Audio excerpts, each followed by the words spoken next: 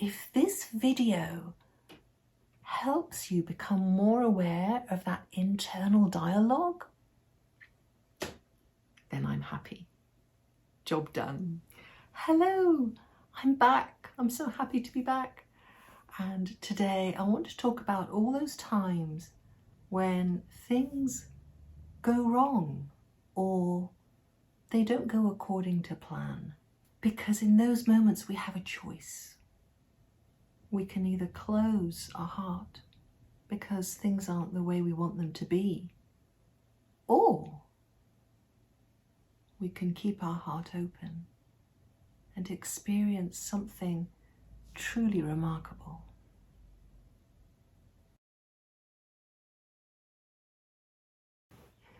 Now I'm going to share my experience with you over the last week or so.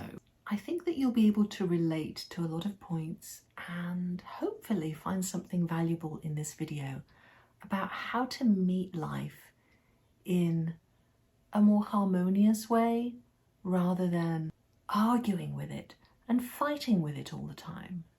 So basically, without going into all the details, this surgery was supposed to have happened by Thursday a couple of weeks ago, but it didn't. And then it was supposed to happen on Saturday.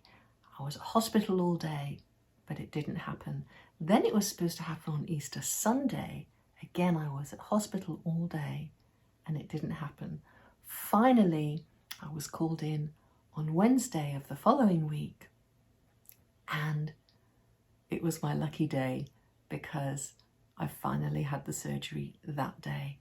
Now, the point of me sharing all this is that there are many, many times in life when things don't go according to plan. Probably most of the time, actually, right? And we tend to be in this sort of autopilot complaining mode, don't we? Be honest now. When something doesn't go according to plan, according to the way it was supposed to go, according to the way that you wanted it to go, it went wrong.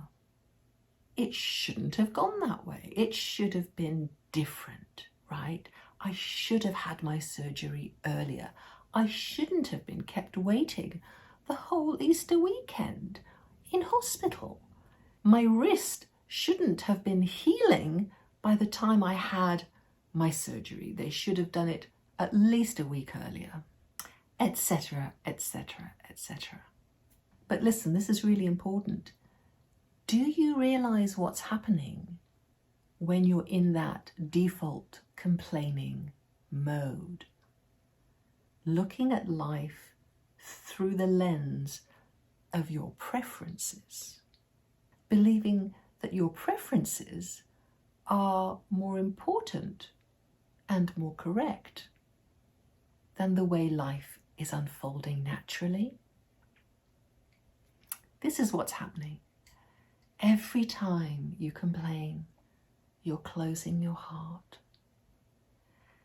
Now, I came across a reel recently of a guy, I don't remember his name, and he gave, I don't know, what was it, 5 or 7 compelling reasons why you shouldn't complain. He was sharing his knowledge about the brain and all these different parts of the brain that you're engaging when you're complaining and why that isn't good for you.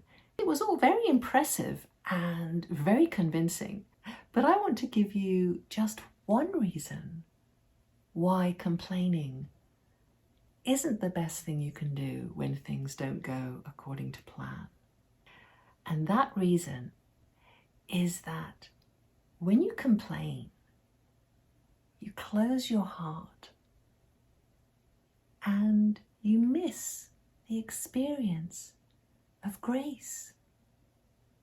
Now, I don't know what your idea of grace is, but let me tell you my experience of it.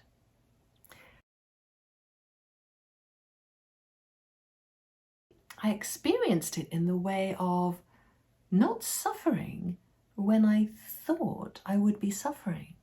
So, for example, those 2 full days that I spent in hospital waiting, and then being cancelled at the last minute.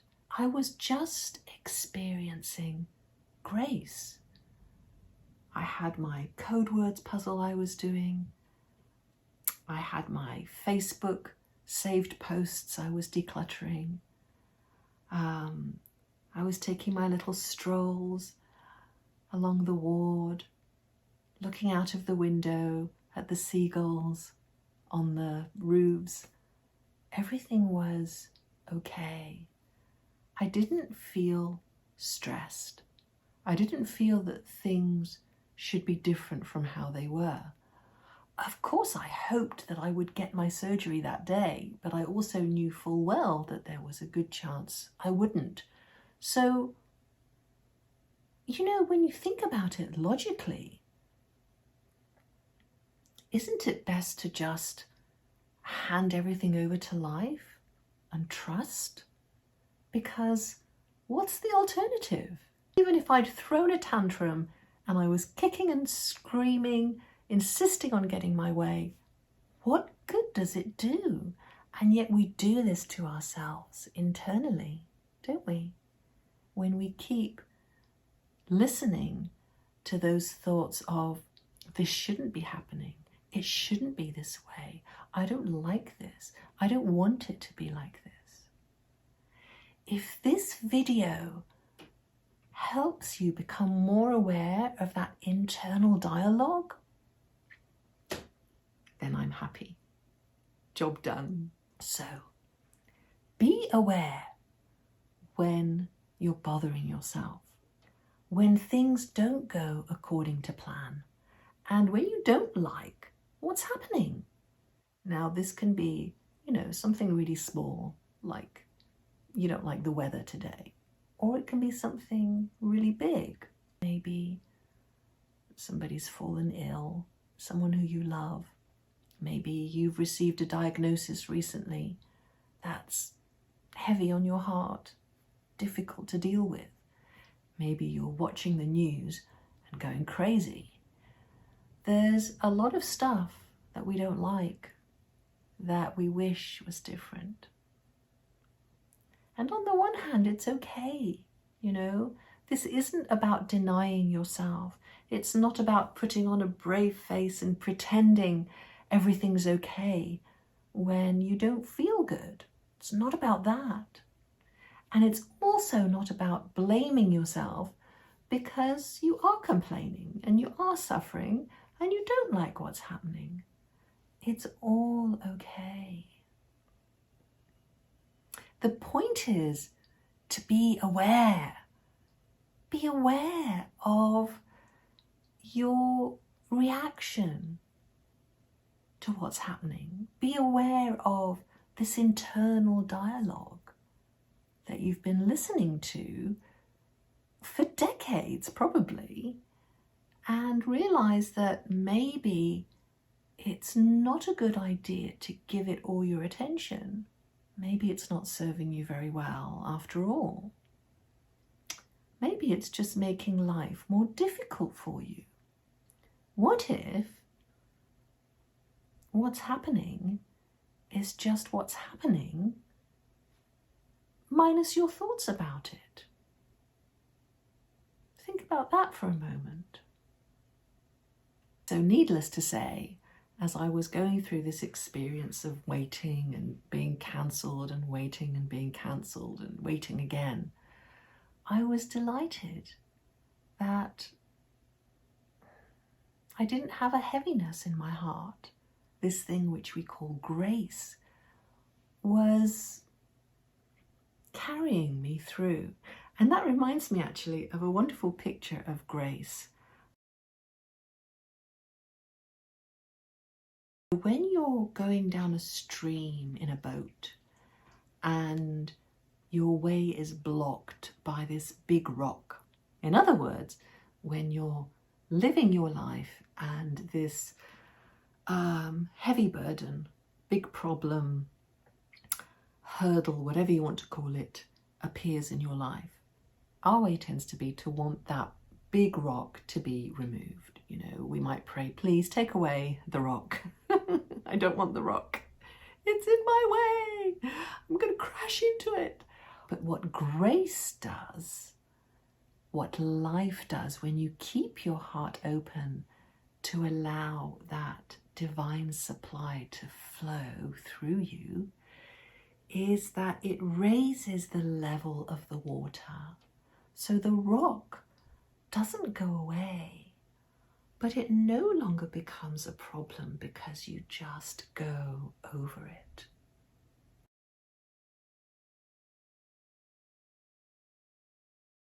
This was my experience over this last week, waiting and waiting and waiting for my surgery. And not only that, but also the sort of scary unknown of what it's going to be like. Because, you know, when you haven't experienced something, the mind likes to go a bit loopy and imagine what it's going to be like, all the things that could go wrong. And there were moments when my mind would want to imagine the incredible pain I was going to experience after the surgery and all the difficult things that I was going to encounter. But when you recognize thought for what it is, and you realize it's not reality, actually, it's just my mind doing its thing, you're not so invested in it. And because you're not invested in it, because you're not giving it your full attention and belief, it sort of has this way of losing its grip on you and letting go of you. It loses its power. And the thoughts can just be allowed then to come and go because you're in a healthy relationship with them. This is all about really meeting you where you're at in your life right now, with the difficulties you're experiencing, with the problems that are consuming your thought energy, about coming back. Let's just take a conscious breath for a moment, shall we?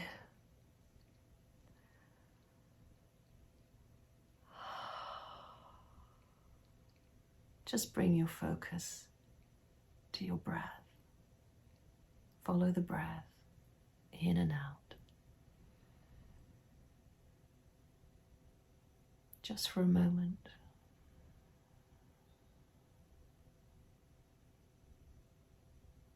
Notice when you bring your attention to this anchoring breath, that you can't focus on your thoughts anymore. All the problems need to take a back seat and wait. It's a peaceful place right here. Just you and your breathing.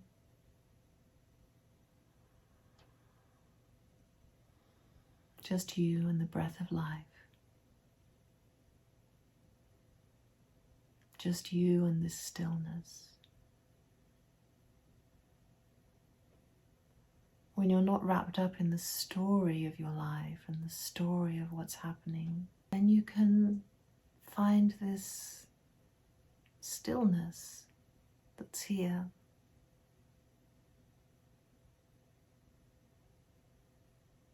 This stillness is full of grace.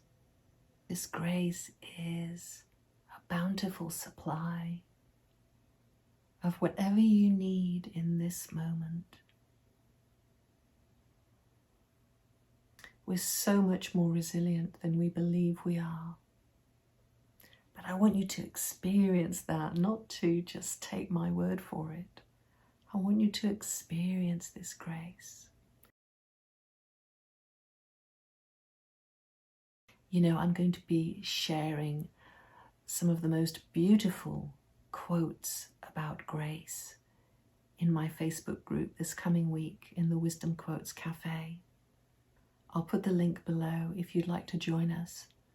Some truly uplifting and empowering words of wisdom by Mooji and Adyashanti. Now, I also want to share with you the latest letter, guidance letter, and wisdom card set that I've created, because it has very much to do with what we've been talking about. The first set was all about eating with presence, and this set is all about being rooted in presence. This guidance letter is particularly relevant to my experience because it talks about how we create psychological time by thinking our way out of the present moment. And these cards, because the theme is about being rooted in presence, these cards are a physical reminder to stop doing that.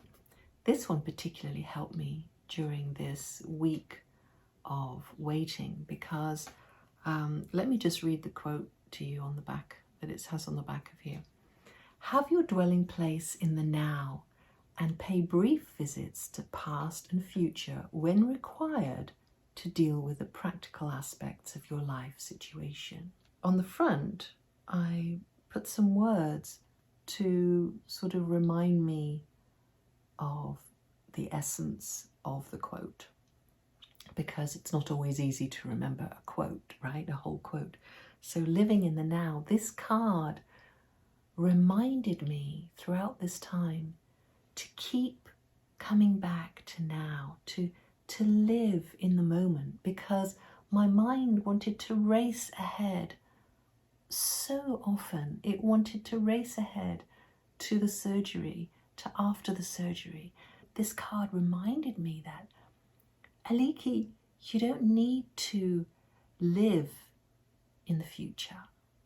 You can just live in the now. Just pay brief visits, right? Of course, we're sort of upside down when it comes to this because we tend to live in the past and future very much, don't we? And we're sort of learning to live in the now, I think, most of us. And that's why I create these cards. It's to help us with our practice of presence.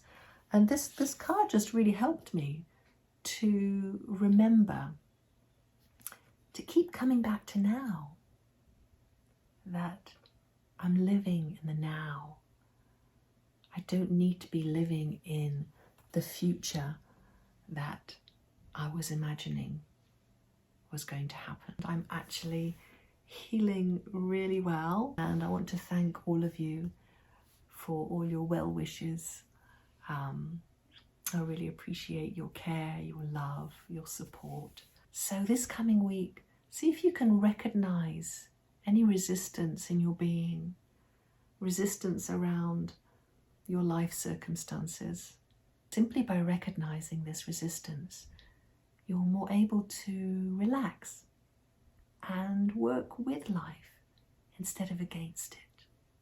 And please, please, please, if you've been told by anyone, that's my cat using the litter tray, if you've been told by your physiotherapist, by your doctor, by your optician, by anyone to do some exercises, it's a good idea to do them.